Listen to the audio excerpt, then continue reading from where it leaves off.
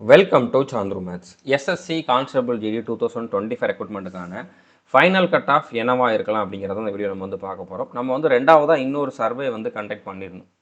அந்த சர்வேல வந்து கேஸ் போட்டு ரன்னிங் அடுத்ததாக வந்து ஹைட்டில் வந்து பாஸ் பண்ணவங்களையும் இன்க்ளூட் பண்ணியிருந்தோம். அதுக்கப்புறம் லாஸ்ட்டு சர்வேல ஒரு 1200 பேர்கிட்ட பார்ட்டிசிபேட் பண்ணியிருந்தாங்க. இந்த சர்வேல வந்து பார்த்திங்கன்னா 1400 பேருக்கு மேலே வந்து பார்ட்டிசிபேட் பண்ணியிருக்காங்க. ஸோ ஆல்ரெடி கொடுத்ததை விட ஒரு 200 பேர் வந்து அதிகமாக வந்திருக்காங்க. ஓகே, மற்றபடி இதில் வந்து 200 பேர் வந்துட்டனால இதில் எக்ஸாக்டாக நம்மளால் வந்து கட் ஆஃபாக டிசைட் பண்ண முடியுமான்னு கேட்டிங்கன்னா கண்டிப்பாக முடியாது.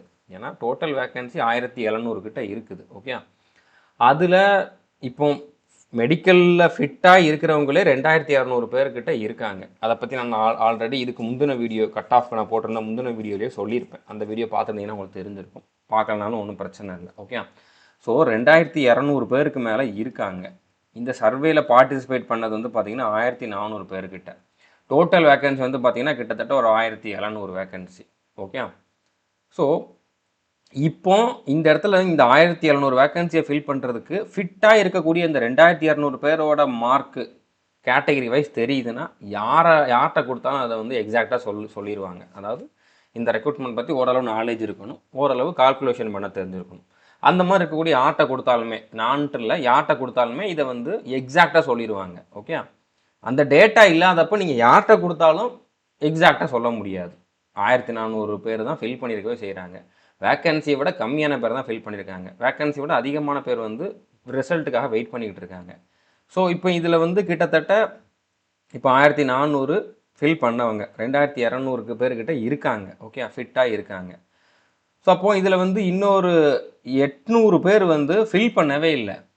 இப்போ இந்த 1400 பேரை வச்சு நம்ம வந்து ஒரு கட் ஆஃப் ப்ரெடிக்ட் பண்ணுறோம், இந்த மாதிரி வரலாம்னு சொல்கிறோம் அப்படின்னா, இந்த 800 பேரும் ரொம்ப நல்லா படிக்கிறவங்களா இருந்து ரொம்ப நல்ல மார்க் எடுத்திருந்தாங்கன்னா நான் இப்போ சொல்கிற அந்த கட் ஆஃபை விட ஆக்சுவல் கட் ஆஃப் அதிகமாக போகலாம்.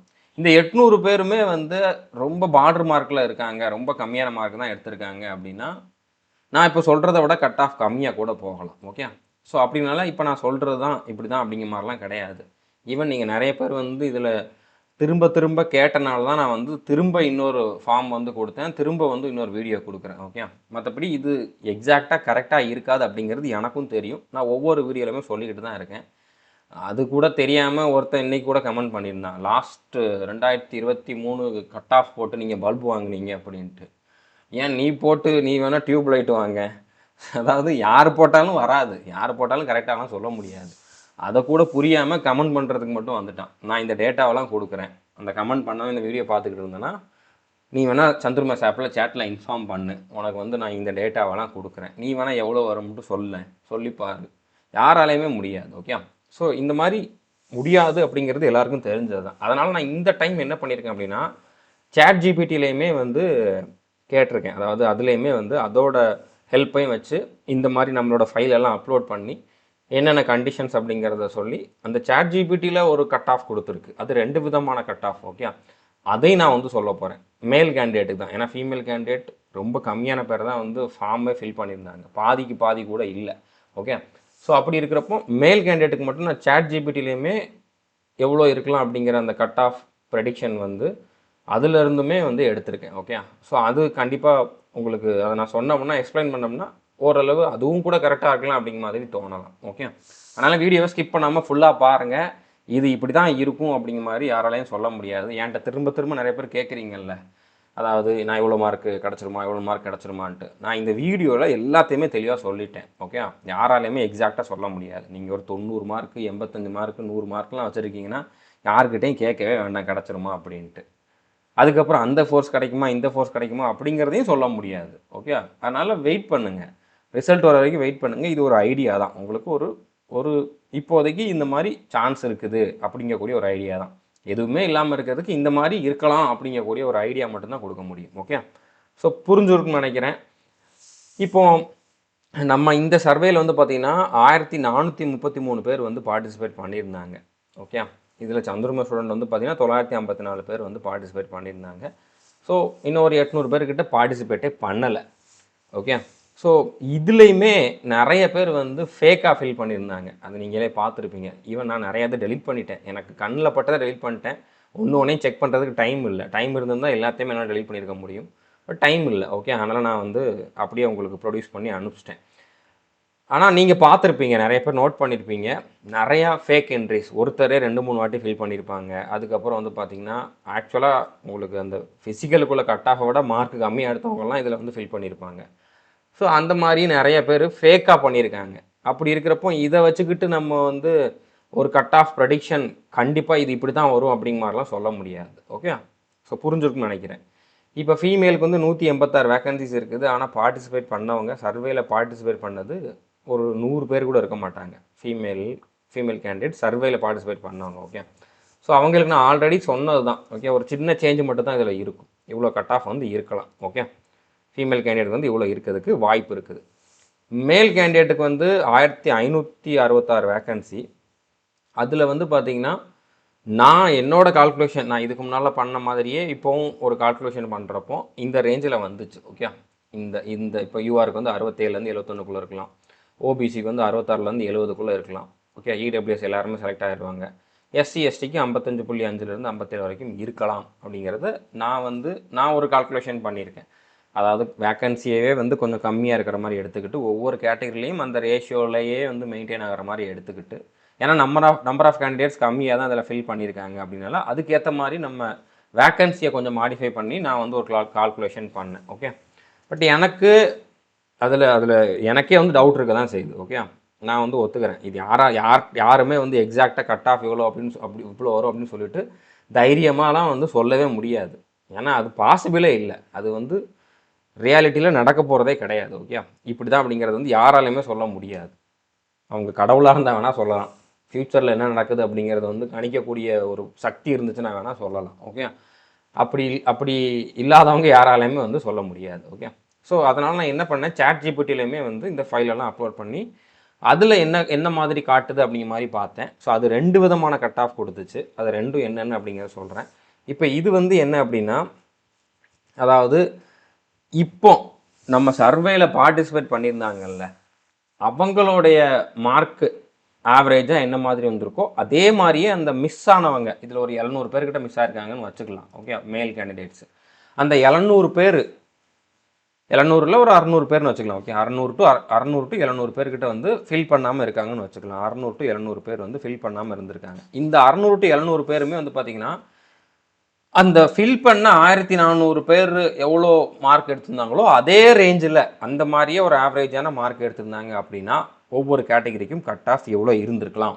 ஓகே, எவ்வளோ இருக்கலாம். ஓகே, யூஆருக்கு 75, ஓபிசிக்கு 77, இடபிள்யூஎஸ் 45, எஸ்சிக்கு 59, எஸ்டிக்கு 56.36. ஓகே, இப்போது நிறைய பேர் டவுட் வரலாம், அது எப்படி யூஆர் கட் ஆஃபை விட ஓபிசி கட் ஆஃப் அதிகமாகும் அப்படின்ட்டு. கண்டிப்பாக ஆகும், ஆகக்கூடாதுன்னு எந்த கண்டிஷனும் கிடையாது.